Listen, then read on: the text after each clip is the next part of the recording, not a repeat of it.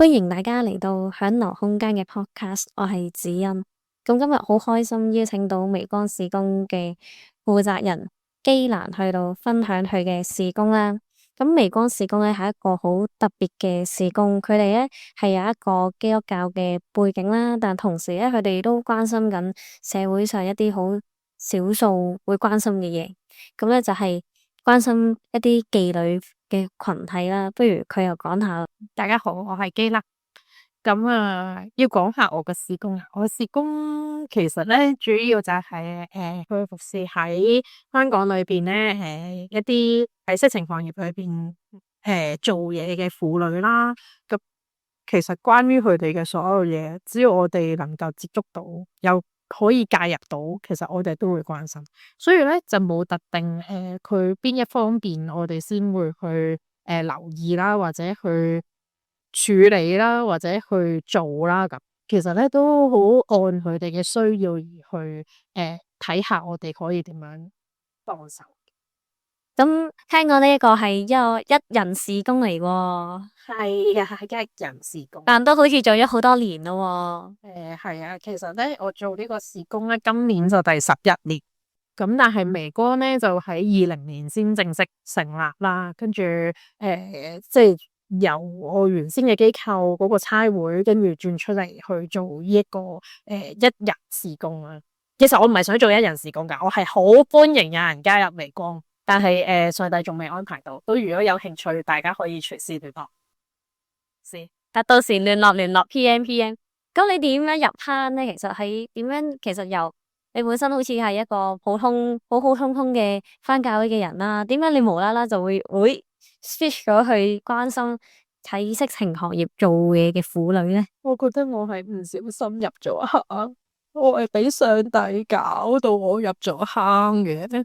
咁嘅原因咧就係咧，其實我去返教會可能同好多人一樣啦，即係都好細個就返教會啦。然後嗰陣時其實都係對於我嘅人生好似冇乜方向咁。咁啊，當初咧，其實我一路去返教會都去尋找緊我究竟可以點樣服侍啦，或者可以點樣去行我日後嘅路向啦。咁當其時其實最初咧，上帝呼召我咧，真唔係做呢啲事工啊，其實都係做兒童事工嘅啫。佢呼召我去服侍小朋友，跟住慢慢咧就逐步加深或者逐步加一啲唔同嘅條件落去啦。包括就係最初係服侍小朋友啦，後尾就服侍一啲受壓嘅小朋友啦，被欺壓嘅小朋友啦，然後慢慢就讓我去認識關於人口販賣嘅議題啦，知道裏邊都好多小朋友失發緊啦。然後當我去以為我自己要出工場去一個外國嘅國家去宣教，去服侍受壓嘅小朋友嘅時候咧，慢慢上帝又俾我見到啊，我喺呢個層面裏邊我有不足。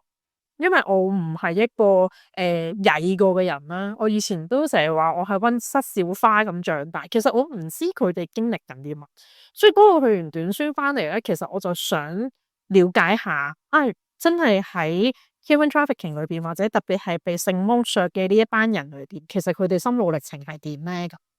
咁所以咧，當我去完短宣，其實我翻嚟香港，我係期望喺香港學下先，了解下呢啲人究竟大概會經歷啲乜。咁所以我就喺香港揾相關嘅事工，而嗰陣時咧就咁啱，我教會嗰陣時有個姊妹咧就介紹咗妓女事工呢一樣嘢俾我。咁所以我當時咧就係我嗰陣時係教會幹事嘅，咁我就每個禮拜就用我例假嘅嗰一日咧，就去跟其他機構出隊。用例假去學嘢，大啲喎。進取嗰陣時，覺得自己而家唔得噶啦，而家想放假多啲噶。其實就真係長keep 住一段時間，每個星期就跟機構去出隊啦，去學習接觸妓女群體啊。咁嗰陣時點解唔揀兒童事工去做咧？就係我覺得喺香港嘅兒童事工可能同我以為我去工場嘅嗰班小朋友有 difference 啊。佢哋未必係喺受壓嘅狀態裏邊而去被服侍。咁所以我開始就揀咗妓女事工，想學。如果喺呢一方面，特別喺性層面上邊，佢哋其實係經歷緊啲乜咧？咁所以嗰陣時咧，其實就係咁開始叫做由義工開始。慢慢一路碌落去咧，就係有去過短宣啦，有服侍過孤兒啦、街童啦，然後翻嚟香港諗住準備自己出工場，一路都仲以為自己係要去做宣教士嘅嗰陣時，咁嘅時候咧就咁啱差會咧，亦都開咗呢一個事工。當其時嘅差會有呢個事工嘅時候咧，我又識個負責人喎，咁啊真係好唔小心咁，我就同佢講啊，我翻嚟香港啦，我又去完一段時間嘅宣教啦，跟住然後我話啊，我翻嚟其實應該可能冇咁快揾到工，不如我嚟做下義工先啦，又咁。點不知咧，一坐低個負責人當其時就同我講，其實我唔係要義工喎，我係想揾同工，你有冇興趣加入一齊做啊？咁樣。咁我嗰陣時嘅我咧就好開心啊，因為我又揾緊一份工啦，而我亦都揾緊一份唔使啲即係可以對人，可以喺侍奉上邊能夠再行前啲就更加好嘅工作啦。咁再加上嗰個係一個差會，我當時仲以為自己要出宣教工場，咁所以我覺得所有嘢都好 match，即係咁不如就去啦咁。咁但係點解會一路咁樣流傳落嚟，做到而家咗唔係去咗工場又留喺香港呢？其實就係當我喺事工入邊一路做，一路去認識呢個群體，睇得越嚟越多嘅時候呢，我發現原來香港唔係冇受壓嘅小朋友，不過呢，佢未必係同其他國家個形態一樣，佢未必係被人口販賣嘅嗰個狀態，而係我服侍緊嘅嗰班姐姐嘅下一代。可能其實喺唔同嘅層面上面都令佢有機會成為 in risk 嘅孩子，所以咧，當我去睇到呢一件事嘅時候，我就覺得，咁其實我喺香港應該都仲有作為，我可能唔使出去宣教工場，我可能喺香港本身已經可以做到呢件事，所以就慢慢一路留喺香港，一路去服侍，一路去幫啲姐姐，亦都幫佢哋嘅下一代。咁你其實喺香港之中，你會observe 到留意到啲咩情景咧？即係例如你喺色情行業之中，你喺啲婦女有啲咩狀況咧？或者佢哋啲下一代，佢哋啲小朋友有啲咩狀況，你可唔可以分享多少少俾我哋聽下？其實我自己睇嘅咧，其實佢哋面對嘅嘢都好多唔同層面嘅。好多嘅婦女咧，其實佢入行係真係因為窮啦，因為真係佢未必係一嚟咧就做呢一個行業。佢可能都好勤奮做好多唔同嘅工作，嘗試去維持個家庭嘅需要。咁佢家庭咧，仲要唔一定只係佢同佢嘅孩子，可能仲有佢國內嘅爸爸媽媽或者唔同嘅親戚朋友。咁所以咧，變相佢其實可能喺香港做好長時間嘅工作，都維繫唔到個家庭嘅需要啦。又有可能咧，就係其實佢一個人喺香港。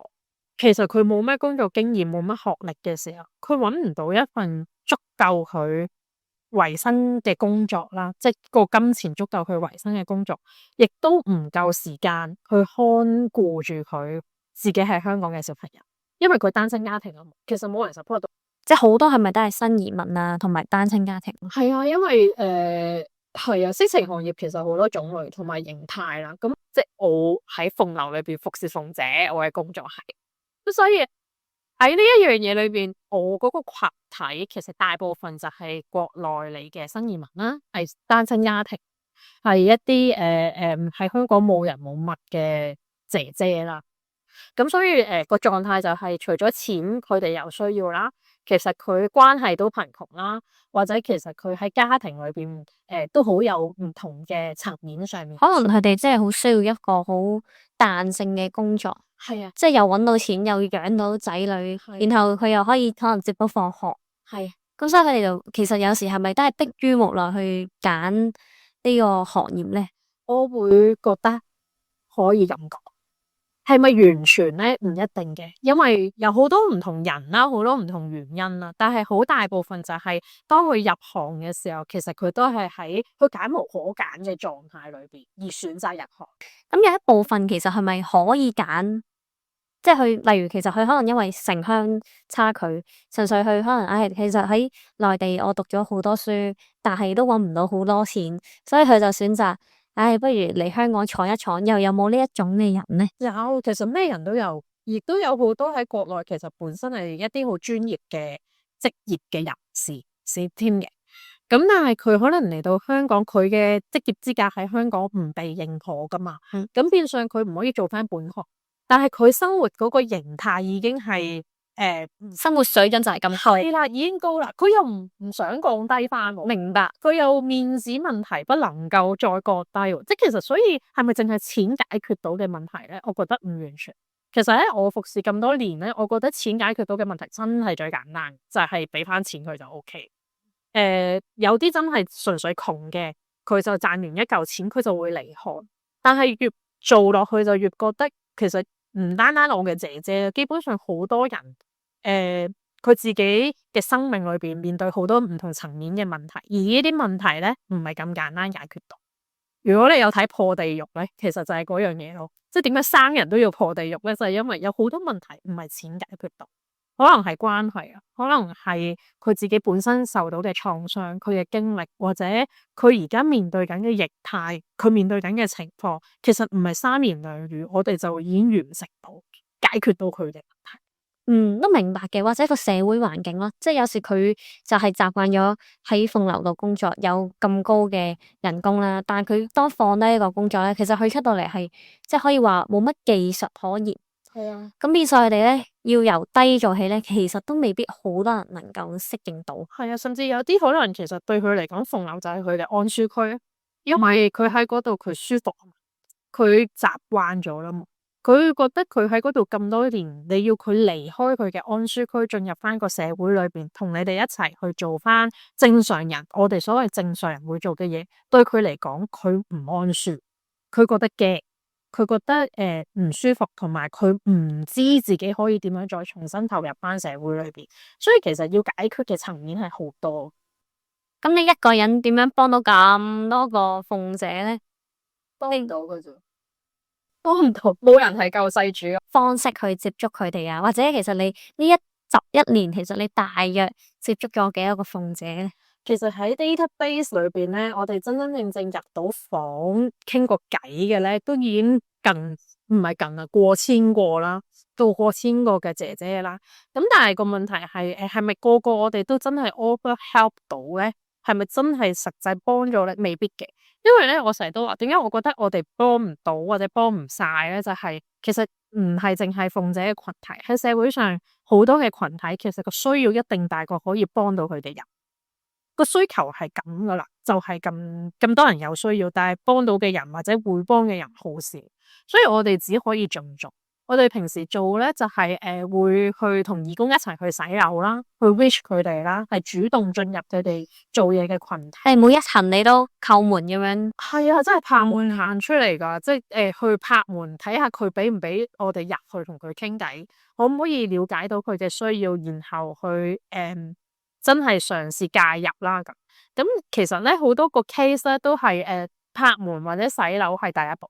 然後我哋真係同佢建立到關係或者開始做到嘢咧，其實係之後嗰啲 follow up 嘅工作，同埋好長時間嘅同行。所以咧喺我而家服侍嘅裏邊咧，其實有好大部分嘅婦女咧 close 啲嘅嗰啲咧，我真係識到佢8-9年甚至10年以上。即係我哋就係咁多年由我入行正式做全職開始，然後到而家我哋都仲保持緊關係。唔係因為佢離唔離開咗色情行業，而我選擇同佢脫離嘅。因為就算佢離開咗色情行業，可能佢本身都仲有好多需要，佢都需要有人去支援佢。咁所以佢肯俾我哋同佢同行，我哋就會繼續去做。佢肯俾我介入嘅地方啦，或者時間啦，我哋都會照佢做，就唔在乎咩嘅類別或者咩類型。呢個都同社工有啲唔同咯，所以即係個工作性質可能好似。但係事實我哋就係睇呢個人當下佢有咩需要，佢肯俾我哋介入到咩地步咁。係咯，我諗即係例如佢可能佢哋嘅仔女咧，佢哋即係有需要，例如補習咁咧，有時我都會收到機啦。有冇點樣 refer 啊？咁樣都會有嘅，或者有時有咩職業課程可以俾啲婦女讀啊，佢又會幫，即係佢哋幫嘅層面咧，其實係好廣闊，同埋佢哋唔會定義為。即係喺事工裏邊，可能有啲旁人就會話：咁你究竟帶多幾多個人離開鳳樓為一個標準啊嘛？但你其實看重就係生命咯。係啊，對於我嚟講，可能我個事工啊，都係嘅，因為我咧就覺得，我睇成功嘅定義同一般事工或者一般教會或者機構睇嘅好唔同。好多香港教會或者事工睇嘅就係你帶到幾多人信耶穌，幾多人決志，幾多人洗禮，幾多人加入教會，你就叫做成功。但係對於我哋嘅事工或者我個人嚟講咧，我越做就越覺得，一嚟咧你好難講嗰個婦女幾時離開色情啦，或者幾時信耶穌，因為我成日都話佢今日離開，佢聽日就可以翻返入佢。佢今日信耶穌，聽日可以拜埋四面佛嘅。對於我嚟講唔係㗎，而係呢個生命我同佢嘅關係仲有冇咧？如果我用仍然同佢有關係，嗰個就係仍然係一個成功嘅 case。幾時佢有需要，佢識得揾我，或者我揾佢，佢會應機，其實就已經係好成功。因為你要真係同佢建立一個深嘅關係咧，真係需要時間。咁所以嗰個服侍嘅層面亦都唔係淨係呢個姐姐。我而家成日都話，我覺得我頭先講我想服侍啲小朋友，其實對於我嚟講，我未必直接係同緊個小朋友相處。有啲 case 當然係得啦，即係我都會服侍晒整個家庭，帶到佢返教會，或者即係為個小朋友安排一啲佢需要嘅轉介啦。頭先子欣講嘅嗰個可能係補習或者各樣嘢，其實有好多可能係 SEN 嘅小朋友，咁我哋都要做一啲轉介，因為啲媽媽未必識揾一啲有效嘅幫助噶嘛，咁我哋就會喺中間幫佢搭橋啦咁樣。但係亦都有啲情況咧，就係好簡單，正常小朋友，正常媽媽，但係媽媽同小朋友去到可能青春期嘅時候有衝突，係，唔識點處理，唔知點同孩子相處，咁我哋咪做下家長教育咯，中間做少少調停咯，可以嘅話。所以其實根本乜嘢我都要做嘅，真係好闊咯個範圍，即係家庭又關你事，個人生命嘅可能一啲狀況又關你事，或者點樣申請一啲資助又關你事，補習又關你事。咁你其實要一個人負責咁多樣嘢，其實你攰唔攰咧？攰㗎，梗係攰啦。所以有需要嘅話，或者你真係想嘅話，請你加入微哥 IG 嗰度揾翻微光事工。無時無刻都要做呢個宣傳。但係其實我覺得對於我嚟講係一個學習嘅過程。同樣我都係透過事工，我本身乜都唔識，到而家可能我都好多嘢，我有接觸過，我有涉獵過，我認識多咗。咁所以其實都係一個彼此雙向。對於我嚟講，我成日都覺得即係姐姐都幫我好多，或者侍奉裏邊攰嘅，但係我亦都學好多嘢。呢段時間咧，我哋如果真係好想幫你，其實點樣幫咧？可以點樣幫啊？第一要錢啦。事工我諗好多事工唔係淨係咩喎，基本上喺香港裏邊好多做一啲邊緣群體嘅事工，或者一啲唔同類型嘅事工，其實最難就真係籌。即係對於我哋呢啲喺前線嘅人嚟講，我又要揾錢，又要去做服侍，其實好難。所以咧，弟兄姊妹們頭先話錢係最簡單嘅問題，但我哋常常都要處理呢個問題。你哋係好能夠幫到我哋，咁所以資源嘅奉獻係需要啦，錢嘅奉獻需要嘅，仲有可能係物資咯。咁物資就包括可能我哋出隊要去探訪嘅時候用嘅小禮物啦，或者就係可能係化妝 sample，係啊，化妝 sample 啊、面膜啊、paper mask 啊呢啲，即係唔好重喎，因為我哋出隊其實要行好多樓梯嘅，咁所以咧。係咯，即係一啲輕但係女士們唔會中意嘅嘢係可以啦，或者 on and off 咧，其實啲姐姐嘅家庭有唔同嘅需要，我哋都可能會透過微公安嘅 IG 啦、Facebook 咧去做一啲嗰啲叫咩招募嘅狀態啦。咁如果你見到又有需要又有能力嘅，咁歡迎你哋去即係聯絡我哋啦。咁甚至可能係一啲餅卡啊、超市禮券啊，呢啲都係我哋常常需要嘅物資。咁所以喺資源上可以support啦。又或者其實我覺得，禱告啦，為微光事工或者一啲邊緣群體嘅同工或者嗰個群體去禱告係好緊要啦。對我嚟講咧，咁多年去行到落去，其實我啲代禱者，我覺得好緊要。有陣時甚至唔係禱告，你係聽下我哋呻啦。聽下我哋講嘢啦，聽得明同埋識得聆聽咧，係好緊要嘅。咁呢個都係我喺事工裏邊去學，同埋我覺得我都好希望我自己能夠成為一個咁樣嘅人啦。因為我都發現係咧呢幾年咧，其實事工都接觸好多人嘅。其實我當然個招牌就係去服侍色情行業裏邊嘅婦女啦，或者佢嘅家庭啦。但係其實呢幾年間咧，當我出嚟獨立做微光嘅時候咧，都發現上帝都帶一啲咧主內嘅群體喺我嘅裏邊，而呢啲群體原來都好有需要。